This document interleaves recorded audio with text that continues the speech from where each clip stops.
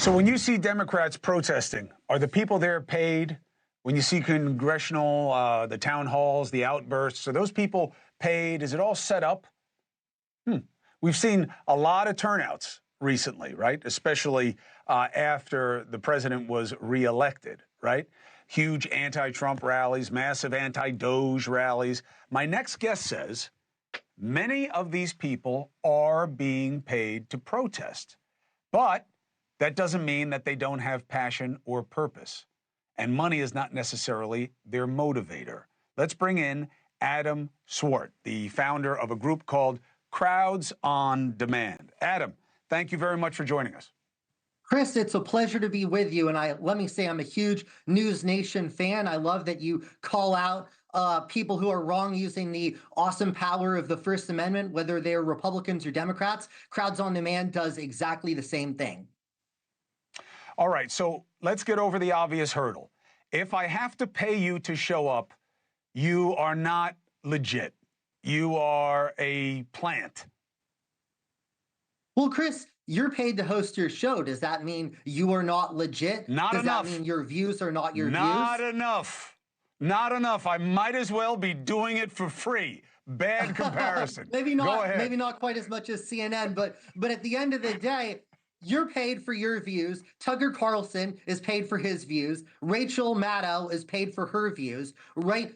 You guys are paid the big bucks, right? Is it not then reasonable to say that a protester can't be paid a few $100s to go out to a rally to support a cause that they agree with? So is Tucker sincere when he's getting paid tens of millions and a protester is not sincere when they're getting paid hundreds? I feel like I just question this idea that getting paid money to demonstrate in any way delegitimizes you and your beliefs.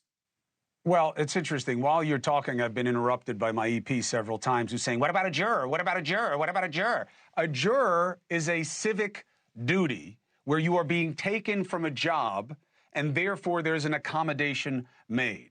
It is not a good analog, nor is yours about what I do for a living, because a protest is supposed to be a demonstration of political will from a non-professional. It's not I'm a professional protester. That's what I do. That's what actors are.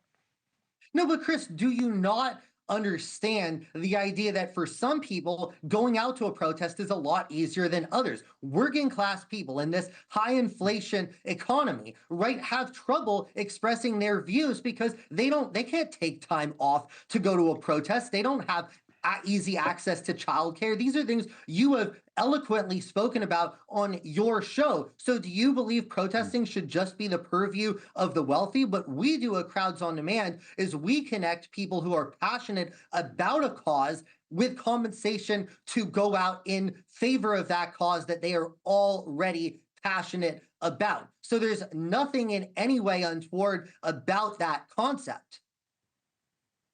Do you think it passes the smell test? Absolutely. It smells great. And by the way, we always make sure that everyone that we use is vetted.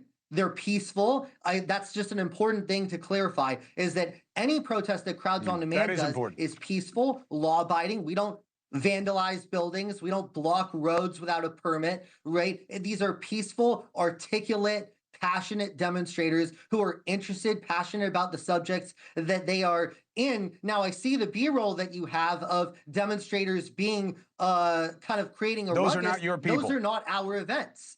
All right. I understand that. I apologize for that. I didn't mean to suggest that.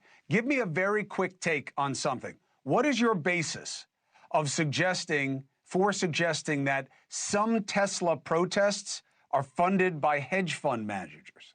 Well, Chris, follow the money. And I want to be very clear that I am not singling out anyone in particular. But when it comes to Tesla, there are people who have lost hundreds of billions of dollars shorting the stock. Now, NewsNation has a smart audience, but shorting a stock is when you're betting against the stock. You make money when the stock goes down. They've made billions. They've made billions. They haven't lost billions. They've made billions.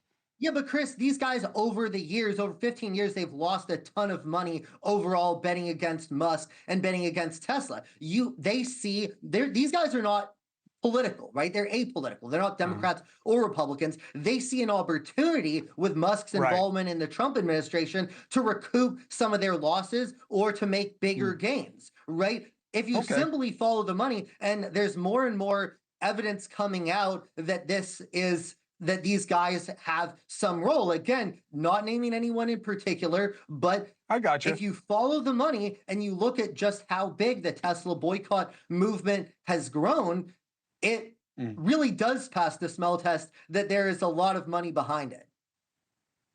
Adam Swart, I appreciate your perspective. I appreciate you explaining the situation with what you do and why you think it works for democracy. Appreciate having you. Chris, thanks so much for having me on. Thank you for watching. Subscribe below and download our NewsNation app right now on your phone, and you will get fact-based, unbiased news for all Americans.